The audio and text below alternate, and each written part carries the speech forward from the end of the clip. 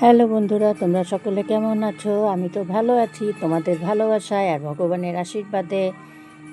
আর তোমরা কেমন আছো একটু জানাবে।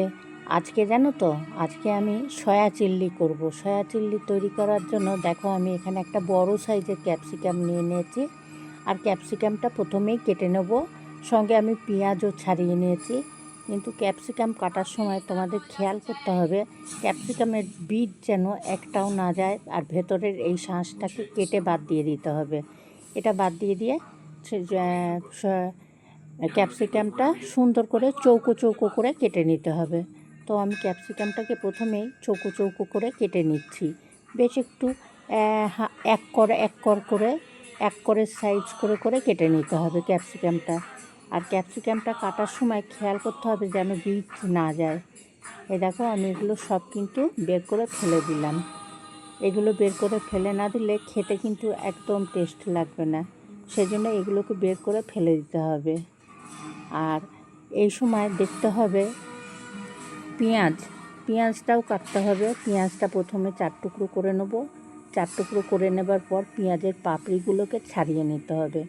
আর পাপড়িগুলো এমনিও তেলে দিলে পরে ছাড়িয়ে যায়, কিন্তু হাত দিয়ে ছাড়িয়ে নিলে ভালো হয়। সেজন্য আমি হাত দিয়ে ছাড়িয়ে নিচ্ছি। আমার হাতে অনেকটা টাইম আছে, আর তোমাদের হাতে যদি টাইম কম থাকে 4 টুকরো করে তেলের ভেতরে দিয়ে দিলেও দেখবে এগুলো সব ছেড়ে যায়। মুখটা কেটে দিলে পরে একদম থাকে না কো। এখানে রসুন ছাড়িয়ে নিয়েছি, রসুনগুলোকে কুচিয়ে নিচ্ছি। এই রসুন কুচিটাও আমার লাগবে। আমি একটা রসুন নিয়েছি, আর লঙ্কা নিয়েছি 5-6টা। ঝাল তোমরা তোমাদের পরিমাণ মতন খাবে।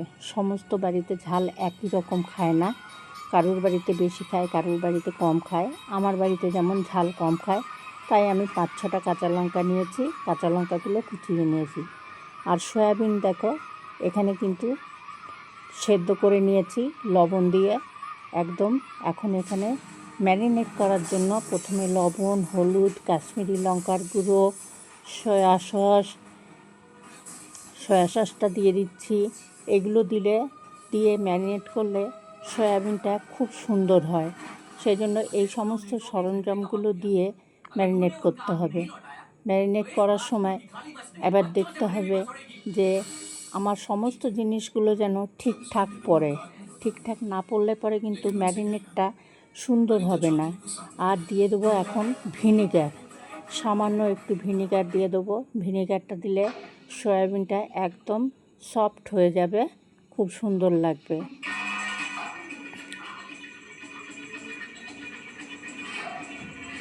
দিয়ে দিলাম ময়দা দিয়েছি, আর তার সঙ্গে দিয়েছি কর্নফ্লাওয়ার। দিয়ে সুন্দর করে একটু তেল দিয়ে দিলাম, সাদা তেল দিয়ে দিলাম।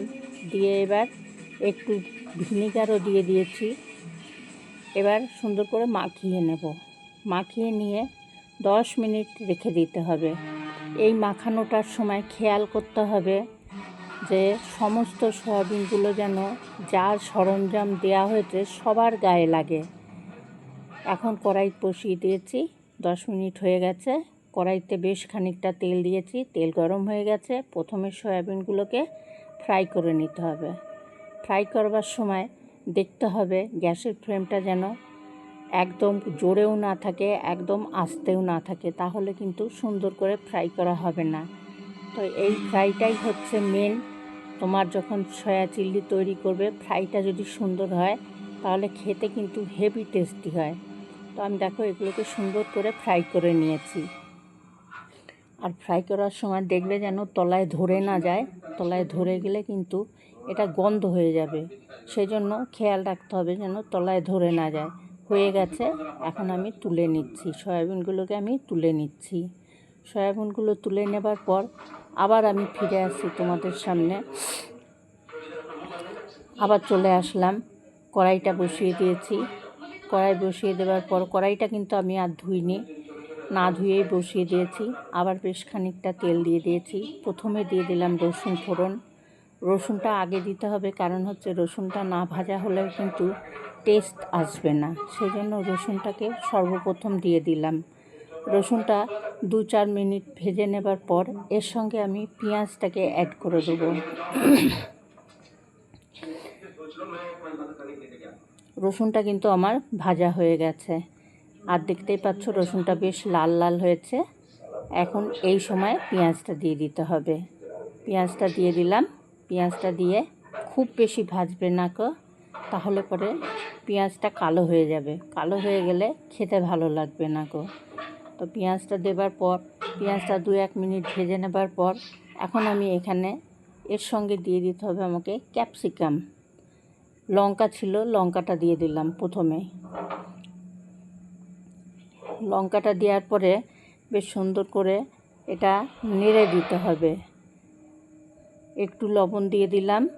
একটু লবণ দিয়ে এবার এটাকে বেশ সুন্দর করে নেড়ে দেবো পেঁয়াজটাকে। আর লবণ দিলেই পেঁয়াজটা কিন্তু একদম নরম হয়ে যায়, আর সঙ্গে সঙ্গে দেখবে পেঁয়াজের কালারও চেঞ্জ হয়ে যায়। এখন এই সময় দিয়ে দেবো ক্যাপসিকাম। ক্যাপসিকামটা ধুয়ে নিয়ে এসে রেখেছি, ওটা এখন দিয়ে দেব। দিয়ে দিলাম ক্যাপসিকাম। ক্যাপসিকাম দেবার পর এখন 2-4 মিনিট ভালো করে ভেজে নিতে হবে। ক্যাপসিকাম দেখতে হবে যেন গলে না যায়, গলে গেলে কিন্তু তোমার সয়া চিল্লি ভালো লাগবে না। হলুদ দিলাম, প্রথমে লবণ দেওয়া ছিল, তা আমি সামান্য একটু লবণ দেব। এখন প্রথমে হলুদ দিয়েই আগে মাখিয়ে নিচ্ছি সবজিটাকে সুন্দর করে। একটু কাশ্মীরি লঙ্কার গুঁড়ো দিয়ে দিলাম, গায়ের রঙটা যাতে ফর্সা হয়, দেখতে যাতে ভালো লাগে, সেজন্য একটু কাশ্মীরি লঙ্কার গুঁড়ো দিয়ে দিলাম। কাশ্মীরি লঙ্কার গুঁড়োটা দিয়েও সুন্দর করে মাখিয়ে নেব। দেখো কালারটা কিন্তু ফার্স্ট ক্লাস হয়েছে, একদম খুব সুন্দর কালার হয়েছে। আর দিয়ে দিচ্ছি সঙ্গে একটু সয়া সস। সয়া সসটা দিলে কিন্তু আরও টেস্টি হবে, এই জন্য সয়া সস দিয়েছি, টমেটোর সস দিয়েছি, দিয়ে বেশ সুন্দর করে মাখিয়ে নেব। এটা কিন্তু বেশি ভাজার দরকার নেই, বেশি ভাজলে কিন্তু এটা খেতে ভালো লাগবে না একদম, সেজন্য অল্প ভেজে দিয়ে দিতে হবে। এবার আমি সয়াবিনগুলো অ্যাড করে দিলাম, ফ্রাই করে রেখেছিলাম সেটা আমি অ্যাড করে দিলাম। অ্যাড করে দেবার পরে এটা কিন্তু সুন্দর করে মাখাতে হবে। দেখো দারুণ সুন্দর হয়েছে দেখতে, তাই না বন্ধুরা বলো? এটা কিন্তু রুটি এবং ভাতের সঙ্গে দুটোর সঙ্গেই কিন্তু ভালো লাগে, জমে ওঠে একদম, যে যেভাবে খেতে পারো। সামান্য একটু জল দিয়ে দিলাম, যদি মনে করো গ্রেভি করবে তাহলে সামান্য একটু জল দেবে, আর যদি মনে করো শুকনো শুকনো খাবে তাহলে একদম জল দেবে না। তো আমি সামান্য একটু জল দিয়েছি, এই জলটা আমার শুকিয়ে যাবে, আমি শুকনো শুকনোই রাখবো। এটা আমি রুটি দিয়ে খাওয়ার জন্য করেছি।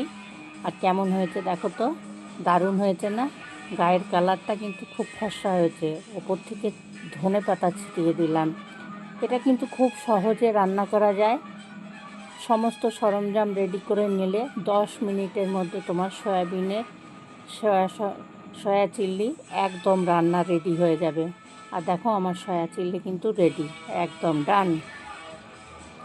এই যে দেখো কেমন হয়েছে বলো, কে কে